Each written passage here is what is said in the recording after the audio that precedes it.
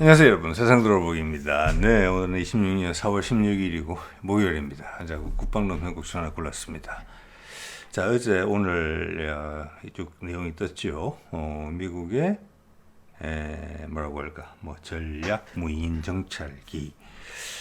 대모사진에서 보시는 우리한테는 글로벌 호크로 잘 알려진 이 기체의 해상형이 추락했다.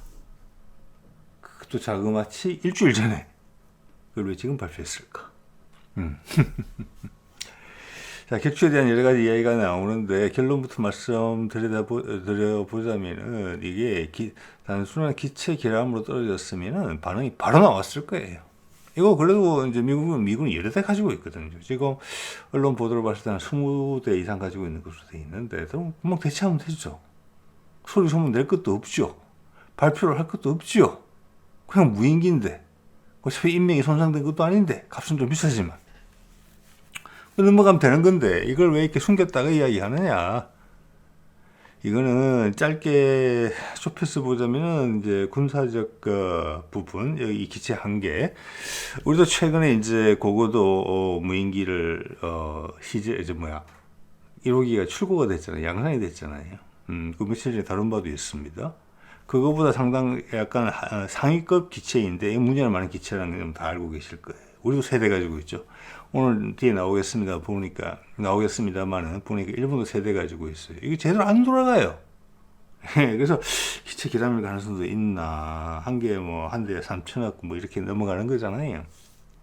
그런데 이 사건이 있고 나서 벌어진 어떤 정치적 상황들을 봤을 때, 정치 외교적 상황들을 봤을 때, 이것은 이란에 의해서 격추된 것 같다는 심정이 좀 많이 가고, 우리가 네타냐후를 비판하기 시작한 거, 이스라엘을 비판하기 시작한 거, 그것과도 이 시기가 일치해요. 이것은 바로, 미국의 부통령 J.D. 벤스가 파키스탄에서 이란하고 협상을 하기 바로 전날인가 전전날이나 이렇게 격추된 거거든요. 제가 봐서 격추가 맞다고 봐요. 자, 그러면 미국의 입장이라는 것이 상당히 복합적이다.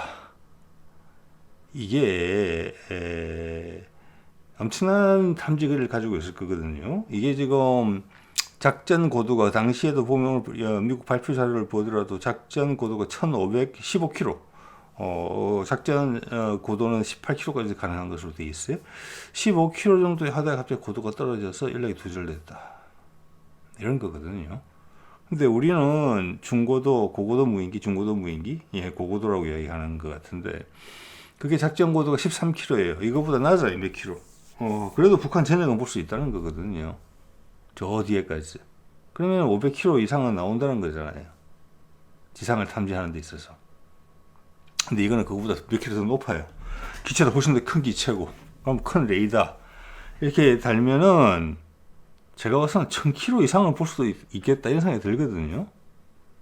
그러면 상대방의 해상 감시에 특화된 기체고 상대방의 제밍이나 대공 미사일의 사거리에서는 완전히 멀어져 있어야 되는 기체거든요.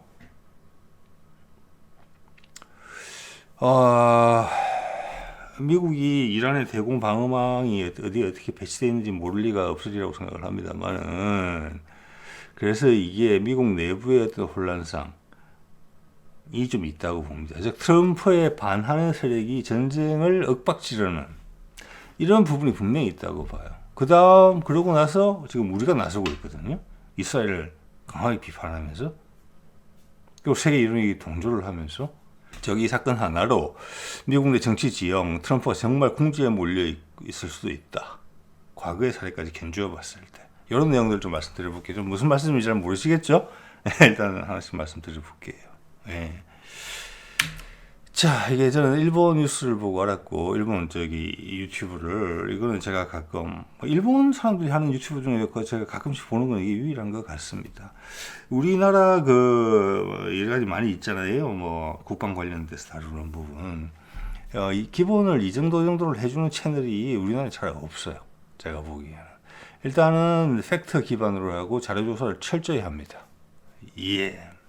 뭐 그런 한계는 있죠. 제목을 보자면 370억엔 우리 돈 한 4천억 원 가까이 3,700억 되는 비행기가 소실됐고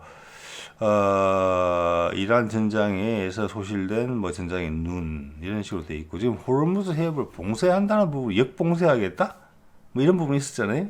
1차 회담 결렬되고 나서 그러면 이것을 어떻게 해석해야 될 것인가? 예. 여러분 가능한 시나리오에 대해서 말씀을 드려볼게요. 그럼 여러분이 전체 흐름에 대한 맥락을 좀 이해하실 수 있으리라고 봅니다. 말씀드린 것처럼 우리는 며칠 전에 격추가 4월 9일이니까 4월 8일 날 예, 고구도 정찰용 무인 항공기 1호기 출고를 됐고 이것도 가격이 상당히 비싼 것으로 돼 있고 크기만 작다 뿐이지 내용은 똑같아요. 그리고 지금 글로벌 호크 같은 거는 기체가 나온 지가 아주 오래됐어요. 뭐 오늘 이번에 떨어진 해상형은 좀 다를지는 모르겠습니다만 기본적으로 은퇴가 지금 내년 내년 후년 내년 아니면 뭐 2년 후이래요 지금. 자 그렇기 때문에 이제 우리 성능이라는 관점에서 상당히 관심이 가거든요. 자 밑에 저 위에 보이는 큰 것은 공중을 감시하는 A사 레이더로 보이고 밑에 달린 것은 A사 레이더도 있을 것이고 밑에는 특히 적외선 카메라가 있을 겁니다. 탄도탄 발사를 조기에 찾기 위해서 적외선. 하늘로 올라오게 되면은 적외선보다는 대공용 A사 레이더로 추적한다. 그래서 요격한다. 가급적 빠른 시간 내. 그런 목적이잖아요. 예, 글로벌 호크의 품질하고 잘 모르겠어요. 그것까지는. 근데 이건 훨씬 신형 기체거든요. 일단 이것도 우리는 600km를 보는데 아무 지장이 없다고 판단됐기 때문에 이 고도를 이 기체로 설정했다고 보거든요. 예, 자 볼게요. 자, 일단 기체에 대한 걸 좀 알아봐야 될 것 같은데 위에가 이제 MQ4C라고 트리톤이라고 이름이 되어 있는 건데 이것은 이제 글로벌 호크를 해상형으로 바꾼 겁니다. 그래서 기본적으로는 이 레이더가 해상용에 특화된 레이더가 들어갔다. 제가 봐서는 A사 레이더를 것 같기도 한데 좀 오래돼가지고 솔직히 제가 확신을 잘 못하겠어요. 어떤 형식의 레이더가 들어갔는지. 왜냐하면은 지금 우리 KF-21에 들어가는 레이더만 하더라도 동시에 공중, 대지, 바다도 동시에 볼 수 있는 거거든요. 물론 한쪽에 집중해서도 다 볼 수 있습니다. 예, 그건 A사 레이더의 특징이거든요. 근데 과거에는 그것이 특화되어 있었단 말이에요. 해상용 레이더라는 게. 우리 이번에도 들어온 글로벌, 그 블랙호크 해상형 대잠 헬기 이번에 9척인가 몇 년 전에 계약한 거 들어왔단 말이에요. 그거에도 보면 한, 탐지 거리가 한 1000km? 이태리 기체들도 보면 한 1000km 정도는 되는 것 같아요. 해상 전용 A사 레이더예요. 크기가 크지 않아요, 그렇게. 자, 어쨌거나 그런 버전이고 또 하나는 이제 저기 잠수함의 잔망경 정도 찾을 수 있는 거 또는 잠수함에서 나오는 배기가스를 찾는 거예요. 왜냐면 배기가스에 보면은 탄화수소들이 많이 들어있을 거잖아요. 배기가스니까 완전히 100% 연소된 게 아니에요. 또 최소한 잠수함이 배기가스를 뿜어내면은 그게 CO2는 올라가게 돼 있어요. 그 인근 해역에 연기처럼 피어오를 거잖아요, 그죠? 그러면 여러분 이미 아마 화학이나 이런 쪽에 공부를 해보셨던 분들이라면 아실 거예요. 분광기라는 게 있어요. 스펙트로포토메터라는 게. 왜냐하면 각각의 어떤 화학 물질들은 특정 특히 뭐 대부분 무슨 UV 자외선에서 특정 에너지를 흡수하면서 그 에너지를 튕겨내거든요. 그게 그 화합물별로 다 달라요. 그래서 거기에서 정밀 분석할 때 쓰는 거거든요. 얘가 얼마나 있다. 그리고 그가 빛을 흡수하고 반사해내는 정도가 그 농도랑도 일치하기 때문에 그걸로서 정밀 분석할 때 쓰는 거예요. 그것을 공중기체에 다는 거거든요. 이것은 이제 미국이 가지고 있는 초계기 같은 데 들어있어요. 사실 시각적으로 저게 잔망경, 디젤 잠수함의 잔망경을 멀리서 탐지할 수 있는 거리는 제한이 되어 있거든요. 그렇지만 공기 중에 CO2가 올라온다. 그 다음에 다른 탄화수소 물질들이 올라온다. 그래서 분광기를 통해서 쫙 비출 때, 딴 데는 CO2가 하나도 없는데 그런 그런 탄화수소 물질이 하나도 없는데 여기서는 딱 농도가 갈리는 이걸로 하는 거예요. 예, 우리도 이거 개발하고 있는 거 뭐 있지요, 당연히. 예, 예. 자, 그런 것들이 덧붙여졌다 이렇게 보시면 돼요. 당연히 그 외에 뭐 적외선이나 대공, 뭐 레이더 같은 것들이 있는 것 같아요. 그래서 제 추정에는 A사 레이더 같지 않느냐 이런 생각이 들고, 우리 요번에 나온 고고도 정찰용 무인기하고 성능이 분명히 비교 검토 대상이 될 겁니다. 이거랑 우리는 여기에 글로벌 호크 가지고 와서 하나 몇천억 주고 사서 거의 못 놀리고 있거든요. 국회 국회 자료에도 나오는 거예요. 거의 못 뜨고 있어요. 아마 폐기됐을 거예요. 예, 계속 수리를 해야 되는 거니까. 많은 미국 무기체계가 지금 그렇죠, 지금. 옛날에 뭐 F4 팬텀 사가지고 오고, 뭐 F16, F15 사올 때랑 무기가 달라요, 지금. 자, 국내에서 보도가 됐죠. 3,500억 핵심 전력 추락의 경악. 공격도 안 했는데 혼자 뚝 떨어졌다? 이건 모른다고 봅니다, 저는. 예. 원칙상으로는 공격에 의한 건 아니라고 봐야 되는데, 저는 공격에 의했을 가능성도 있다고 봐요. 왜? 의도적으로 비행기를 안으로 밀어 넣었을 가능성이 좀 있거든요. 그거랑 이거의 발표가 4일, 5일 늦어진 거랑 일치한다라고 만약 우리가 판단할 수 있다면은 트럼프는 내부 세력의 강력한 반발에 부딪히고 있다 이렇게 볼 수 있어요. 자, 이러고 나서 1차 이란 회담이 실패하고 나서 이재명이 갑자기 이스라엘 까기 시작했거든요. 비난하기 시작했고 전 세계가 같이 거기 올라타고 있어요. 이태리 같은 경우도 보니까 뭐 상징적인 것이긴 합니다만 이스라엘과의 군사 협력을 중단하겠다 이런 얘기까지 나오죠. 이것은 미국의 트럼프가 힘이 붙인다는 겁니다. 내부 세력의 저항에. 네. 분명히 트럼프가 이란 전쟁을 일으킨 것은 이유가 있죠. 그것을 최대한 극대화하려는 시도들이 있고 거기에 대해서 알고 있다는 겁니다. 트럼프의 목적에 대해서 다 노출됐어요. 그래서 한국에 대한 어떤 자본적인 공격이 올 수도 있어요. 지금 그런 일부 보이기도 하는 것 같거든요. 제가 봐서는. 네. 자, 좀 복잡하지요. 이런 생각들이 쭉 드는 겁니다. 이걸 보고. 자, 기체 성능부터 볼게요. 여기서 우리 거랑 비교해 볼 수가 있기 때문에 괜찮은 것 같아요. 제가 예전에 이제 확보해 두고 있던 자료랑 다 일치하는 내용입니다. 작전 고도 최대가 17km, 저는 18km 기록을 하고 있더라고요. 날개 폭이 40m인데 우리 이번에 고고도 무인기는 26m예요. 상당히 큰 기체예요. 예. 그리고 비행 가능 시간은 24시간 이상이라고 되어 있는데 제 기억에 30시간 이상. 이번에 우리 고고도 무인기 30시간 이상입니다. 예. 이것은 당연히 이제 지상에 있는 요원들이 조종을 하는 무인기죠. 자, 엔진을 비교를 해볼까요? 엔진은 이게 지금 3,800마력짜리 터보팬 엔진이 달려 있어요. 프로펠러 없는 거예요. 자, 우리 기체는 1200마력 터보 프롭이죠. 터보 프롭. 예, 똑같이 제트 엔진 기반이지만 우리는 프로펠러를 돌리는 것이고, 그래서 이걸 고도를 정확하게 올리는 데는 정말 부담이 많이 따르는 그런 내용이라고 봐지고, 우리 한반도나 한반도 인근에서는 현재 우리 고도만 해도 충분하지 않느냐. 왜냐하면 이거 자체가 지금 두 기체가 사이가 한 20-30년간 벌어지거든요. 개발 시기를 따지자면은.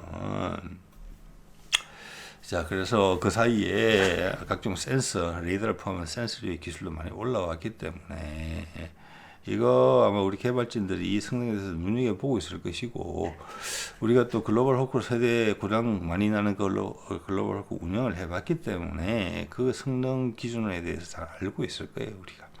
현재 이제 이게 바다용 같은 경우는 20대 이상 보유한 것으로 알려져 있는데, 자, 그 원형이 되는 기체가 이거죠. 알키오4 글로벌 호크. 아까도 말씀드렸지만 이게 거의 못 뜨고 있어요. 우리나라에 있는 기체도. 미국에서 거의 못 뜨고 있을 거예요. 그거의 파생형이라고 크게 다르지 않을 거라고 봅니다. 일본도 3대 정도 보유하고 있는 것으로 알려져 있는데 우리도 3대 정도 보유하고 있어요. 근데 우리는 그거 폐기 처분했잖아요. 폐기 처분 아마 했을 거예요. 거의. 자, 볼까요? 핵심이 이거죠. 오늘 발표 내용을 봤을 때 4월 9일 날 추락을 했는데 발표를 4월 14일 날 했다.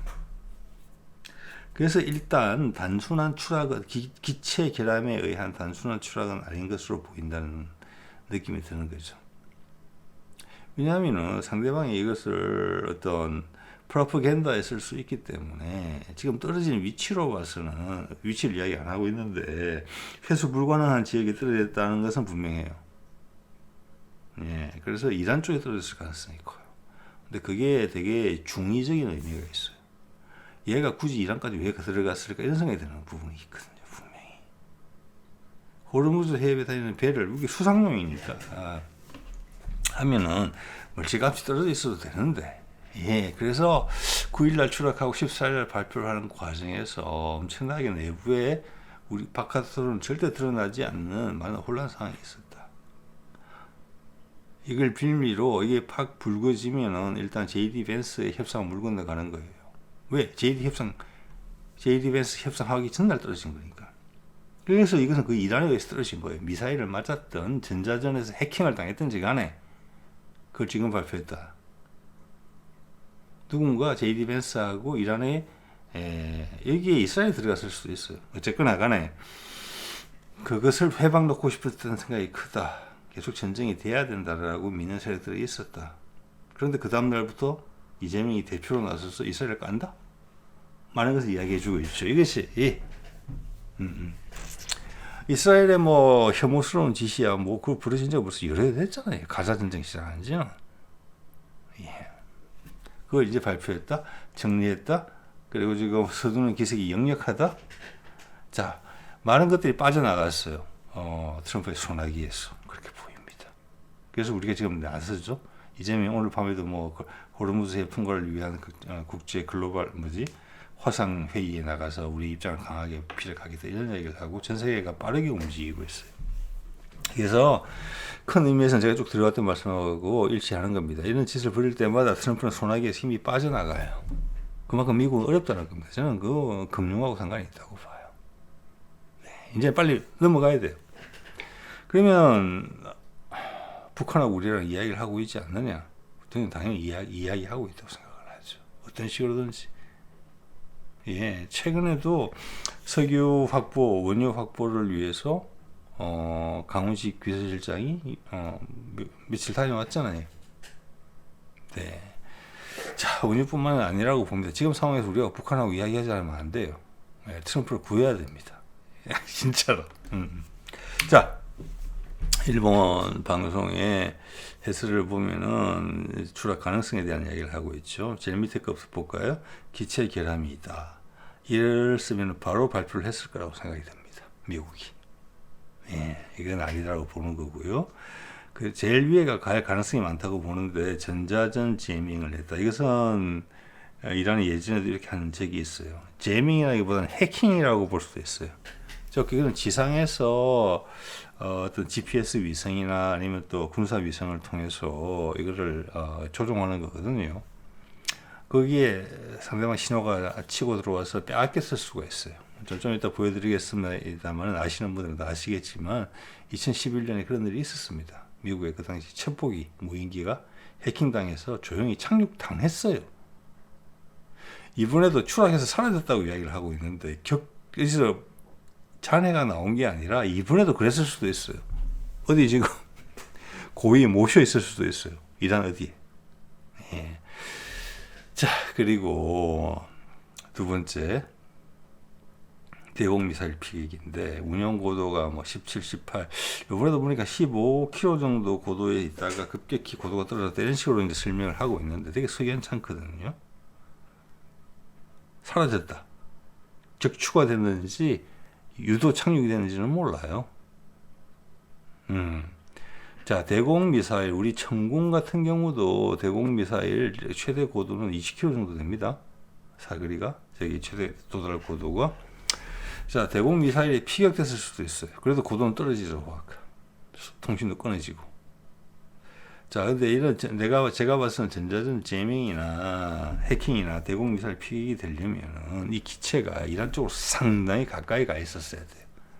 예, 이게 의심스러운 부분이 있다는 겁니다. 그래서 예전에 유사한 경험도 있고 이 기체의 탐색 거리도 지금 일단 일반적인 지형으로 봤을 때는 아까도 말씀드렸지만 한 1000km 정도 떨어져 있어도 해상에서 움직임 정도는 파악될 수 있는데, 자, 1000km, 600km, 700km 떨어져 이상이 떨어져 있다 그러면 왜냐하면 우리 고고도 무인기도 운용 고도가 12km, 13km인데 북한 전력 정도를 본다고 봤을 때 5, 600km는 보는 거거든요.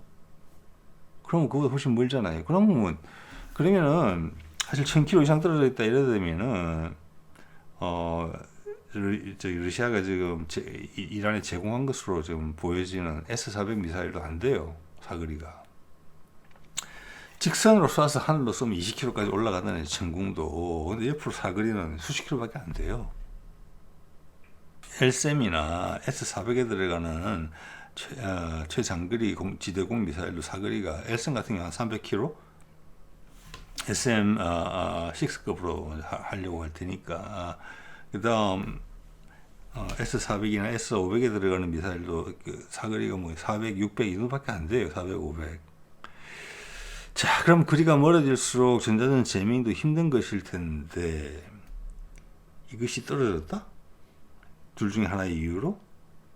이것은 이 비행기가 이란 쪽으로 엄청나게 가까이 날았고 이란 상공에 상당히 도발적으로 접근했다라고 볼 수 있어요. 지금 떨어진 곳이 추락이 된 것인지 유도 착륙이 된 것인지 이야기를 안 하고 있거든요.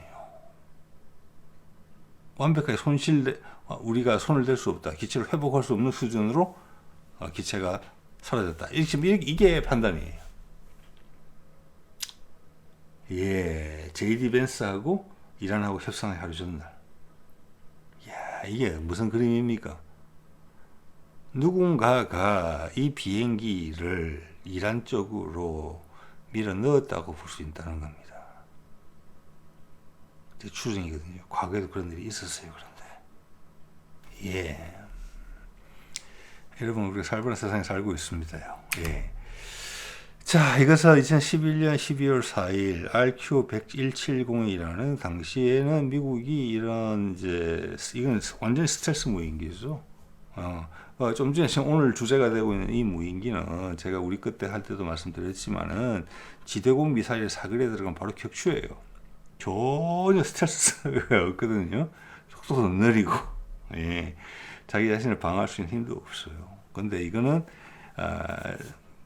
미국의 B2 뭐 이런 것처럼 완전히 스텔스 기체예요. 미국이 2011년 당시만 하더라도 이런 기술을 세계에서 유일하게 가지고 있었습니다. 근데 그 다음 다른 기체로 확대가 안 됐죠. 무인기도 확대로 안 됐죠. 왜냐? 그리고 계속 유인기에 남아있었죠. 특히 F-35 같은 삽질을 계속했죠. 이거 왜 그러냐?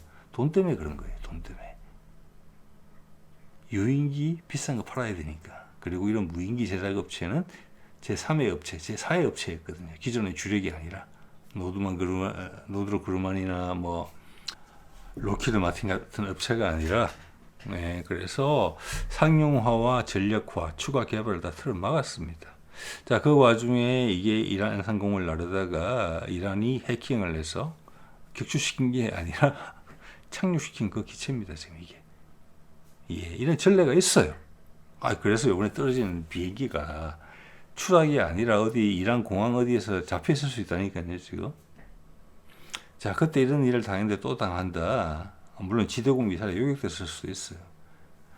근데 그런 그림은 안 나오거든요. 이란이 몸살이고 있는 거예요. 이건 되게 복잡한 게임이 벌어지고 있어요. 이걸 성과로서 홍보하지 않았거든요. 펜스 만나기 전에. 감춰주고 있어요. 트럼프를 위해서. 협상을 잘하기 위해서.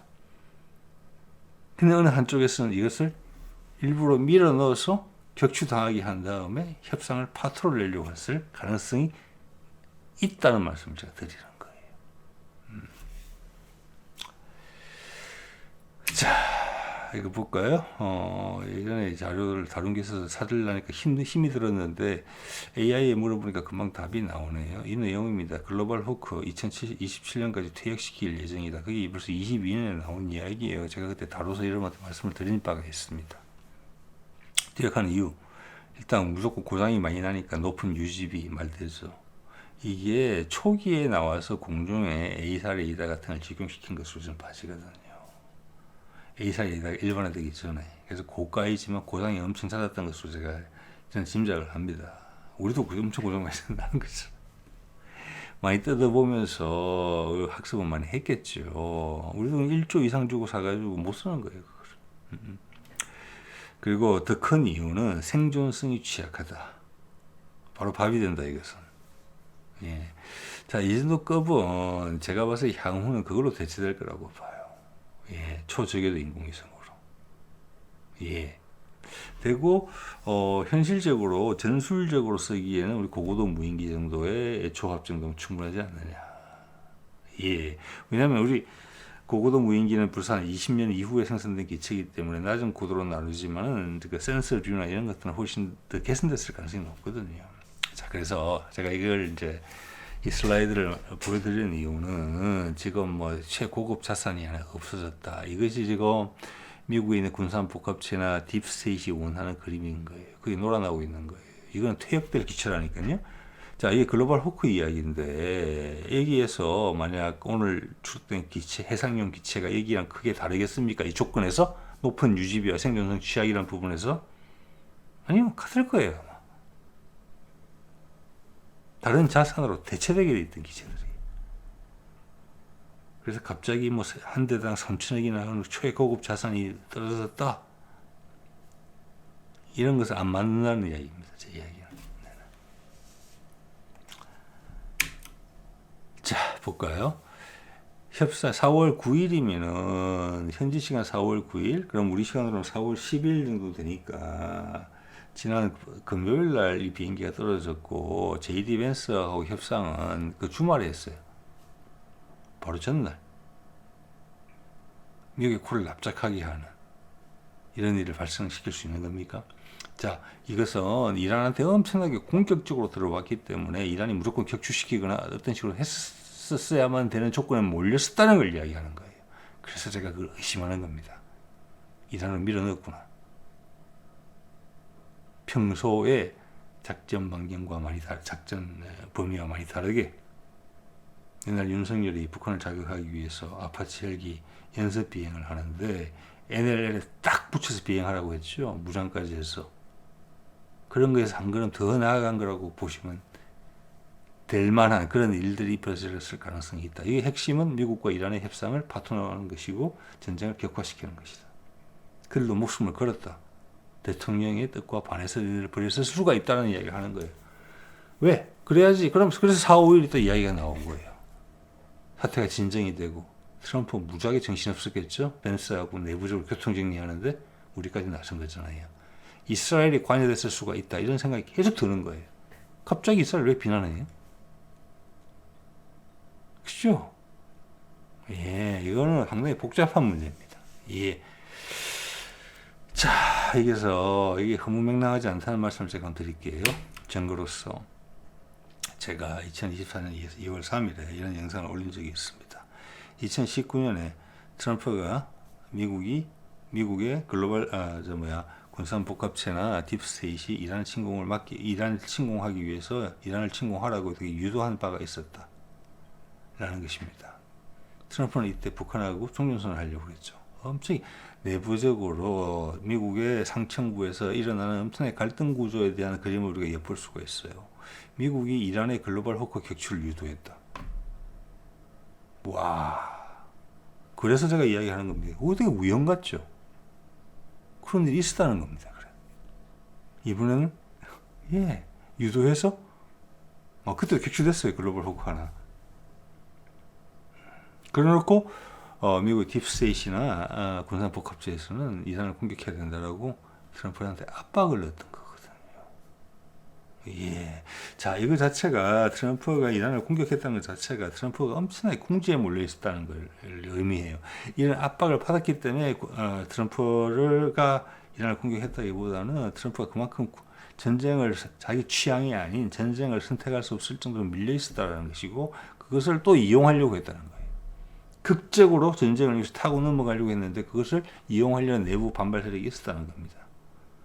이 당시에 볼턴 같은 보좌관이나 당시 외교부 장관이 했던 것처럼 보여드릴게요. 어떤 내용인지. 당시에 이런 게 있었어요. 리젝티드라고 이게 업무론 같은 것도 자주 다루지만 오른쪽에 있는 사람은 누구냐? 덕 맥그레거라고 트럼프가 국가안보 보좌관으로 삼으려고 했지만 내부에서 강력한 반발에 밀려가지고 국방장관 자문 정도를 했던 사람이에요. 그래서 그 옆에서 그 현장을 봤던 사람이에요. 그 사람이 한 이야기예요. 볼까요?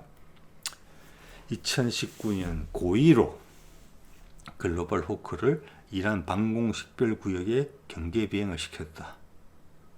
그래서 이란이 격추하게끔 만들었다. 이번에도 그랬을 가능성이 있다는 거예요. 그 다음 센트콤 사령관, 지금 이게 이제 중부 사령관이라고 그래가지고 그 지역을 관할하는 사령부죠. 폼페이오 아시죠? 우리가 한학자 잡아넣으니까 한국에서 종교 자유가 사라질 것 같다고 급주던 그런 발언도 한 적이 있죠. 폼페이오. 기억하시는 분들 있으실 겁니다. 볼턴, 트럼프의 북미 종전선을 틀어버린 주요 작자죠. 는 딱 작전 계획을 제시하면서 이란 폭격 계획을 제시했다. 여기에 이스라엘 로비가 있었다. 라는 게 맥그레거의 이야기예요.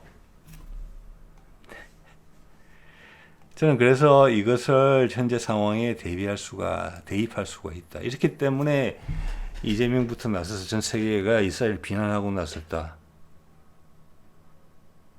트럼프 일병 구하기를 위해서. 네.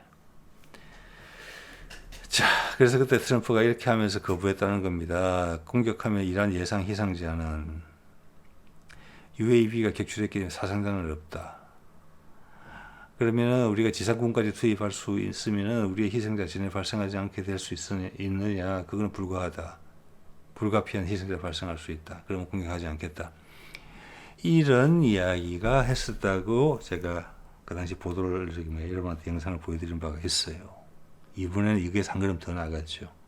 자, 이런 입장을 가지고 있던 트럼프가 이란을 공격했다는 것은 그만큼 미국이 어렵다는 겁니다. 거기에 이들이 누군가가 이스라엘 사주를 받는 누군가가 그와 끈이 닿는 누군가가 여기에 마지막 한 번 힘을 또 썼다. 어차피 사람도 타지 않은 무인기 하나 날려버리면서 이런 추정이 가능해지는 부분이에요. 이 과거 사례를 봤을 때. 자, 왼쪽이 존 볼턴이고 오른쪽이 국무장관 당시 외교부 장관 마이크 폼페이오죠. 마이크 폼페이오는 최근에 우리 통일교 사건에 대해서 말을 언급한 바가 있어요. 예. 지금 트럼프가 엄청 위태하다는 겁니다. 자, 그래서 역시나 다시 한번 돌아갈 수 있는 부분은 이번 5월 15일로 예정이 되어 있는 다음 달 5월 15일이니까 이제 한 달 남았네요. 시진핑에 대한 시진핑 방문, 트럼프의 시진핑 방문, 예, 그때까지 다 해결하려고 한다. 북한 문제까지 포함을 해서. 여기 트럼프가 위기의 국면에 지금 도착했다는 것을 시진핑도 알고 전 세계 지도자들도 알고 이재명도 알고 김정은도 알고 있을 것입니다. 트럼프가 무너지면 모든 게 무너지는 거예요. 현재로 봤습니다. 네. 자, 오늘 이 정도 말씀드리겠습니다. 네.